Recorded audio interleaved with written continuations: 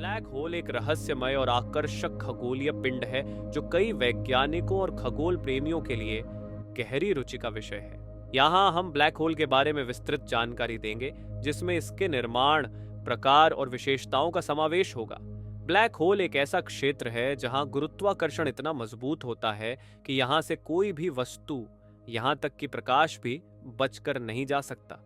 इसे black hole इसलिए कहा जाता है क्योंकि यह एक ऐसा स्थान है जो अन्य वस्तुओं को अपनी ओर खींचता है। स्टेलर ब्लैक होल, ये ब्लैक होल एक बड़े तारे के मरने पर बनते हैं। जब तारे का हाइड्रोजन खत्म हो जाता है तो उसके पास गुरुत्वाकर्षण के खिलाफ लड़ने के लिए पर्याप्त दबाव नहीं होता और वह अपने ही गुरुत्वाकर्षण के कारण ढह जाता है। सुपर मैसिव ब्लैक होल, ये ब्लैक होल हमारे जैसे बड़े गैलेक्सियों के केंद्र में पाए जाते हैं। इनका वजन मिलियन से लेकर अरबों सूर्यों के बराबर हो सकता है।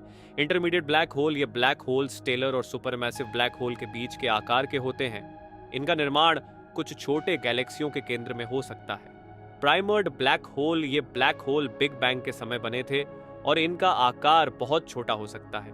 ब्लैक होल का निर्माण मुख्य रूप से तारे के जीवन के अंतिम चरण में होता है। एक तारे की आयु समाप्त होने पर उसके भीतर का हाइड्रोजन खत्म हो जाता है और उसके भीतर का दबाव गिर जाता है। इसके परिणाम स्वरूप तारा अपने ही गुरुत्वाकर्षण के कारण ढह जाता है और ब्लैक होल का निर्माण होता है। इवेंट हॉरिजन ब्लैक होल के चारों ओर एक सीमा होती है जिसे इवेंट हॉरिजन कहा जाता है। यह वह बिंदु है जहां से कोई भी वस्तु वापस नहीं लौट सकती। सिंगुलैरिटी ब्लैक होल के केंद्र में एक बिंदु होती है जहां सभी भौतिकी के नियम समाप्त हो जाते हैं। इसे सिंगुलैरिटी कहते हैं। गुरुत्वाकर्षण प्रभाव, ब्लैक होल के आसपास के क्षेत्र में गुरुत्वाकर्षण प्रभाव बहुत मजबूत होता है, जिससे आसपास की वस्तुओं की गति प्रभावित होती है। ब्लैक होल की सबसे खास बात यह है कि इसका गुरुत्वाकर्षण प्रकाश को भी खींच सकता है। यही कारण है कि हम ब्लैक होल को सीधे नहीं देख सकते। वैज्ञानिक ब्लैक होल के प्रभावों का अध्ययन करके उनके बारे में जानकारी प्राप्त करते हैं। ब्लैक होल का अध्ययन करने के लिए कई तकनीकों का उपयोग किया जाता है, जैसे रेडियो टेलीस्कोप। इनका उपयोग ब्लैक होल के चारों ओर की वस्तुओं के व्यवहार को देखने के लिए किया जाता है। गामा रे टेलीस्कोप, ये ब्लैक होल से निकलने वाली उच्च ऊर्जा वाली किरणों का अध्ययन करते हैं। ब्लैक होल ब्रह्मांड की संरचना और विकास में महत्वपूर्ण भूमिका निभाते हैं। ये गैलेक्सी के केंद्र में स्थित होते हैं और गैलेक्सियों के गठन में मदद करते हैं। ब्लैक होल अभी भी कई रहस्यों को समेटे हुए हैं। वैज्ञानिक अभी भी इस बात की खोज कर रहे हैं कि ब्लैक होल के अंदर क्या होता है और इसका ब्रह्मांड पर क्या प्रभाव पड़ता है। ब्लैक होल एक जटिल और रहस्यमय विषय है जो हमें ब्रह्मांड के गहरे रहस्यों को समझने में मदद करता है। ये खगोलीय पिंड केवल वैज्ञानिकों के लिए नहीं बल्कि सभी के लिए आकर्षण का विषय है। जैसे जैसे हमारा ज्ञान बढ़ता है, हम ब्लैक होल और उनके रहस्यों के बारे में और अधिक जानने की कोशिश कर रहे हैं।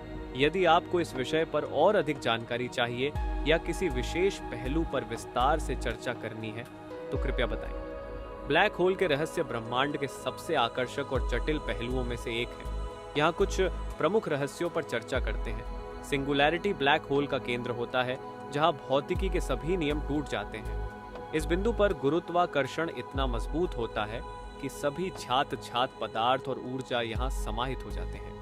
वैज्ञानिक अभी भी यह नहीं समझ पाए हैं कि सिंगुलैरिटी के अंदर क्या होता है। इवेंट हॉरिजन वह बिंदु है जिसके पार जाने के बाद कोई भी वस्तु वापस नहीं आ सकती। यह ब्लैक होल के चारों ओर का एक सुरक्षात्मक क्षेत्र है। इसके भीतर की घटनाएं हमें देखने के लिए उपलब्ध नहीं होती, जिससे यह सवाल उठता है कि क्या वहां वास्तव में कुछ होता है या नहीं। जब ब्लैक होल के पास से प्रकाश गुजरता है तो इसका मार्ग मुड़ जाता है। इसे गुरुत्वाकर्षण लेंसिंग कहा जाता है। यह घटना हमें ब्लैक होल के चारों ओर की वस्तुओं के बारे में जानकारी देती है, लेकिन यह भी सवाल उठाती है कि ब्लैक होल के प्रभाव कितने गहरे होते हैं। ब्लैक होल से पदार्थ गायब होने पर यह सवाल उठता है कि क्या जानकारी हमेशा के लिए खो जाती है। यह डिबेट वैज्ञानिकों के बीच एक बड़ा मुद्दा है, क्योंकि यह क्वांटम यांत्रिकी और सामान्य सापेक्षता के सिद्धांतों को चुनौती देता है। स्टीफन हॉकिंग के अनुसार ब्लैक होल धीरे धीरे ऊर्जा का उत्सर्जन करते हैं, जिसे हॉकिंग रेडिएशन कहा जाता है। इसका मतलब है कि ब्लैक होल अंततः खत्म हो सकते हैं। यह विचार इस बात की पुष्टि करता है कि ब्लैक होल स्थायी नहीं होते।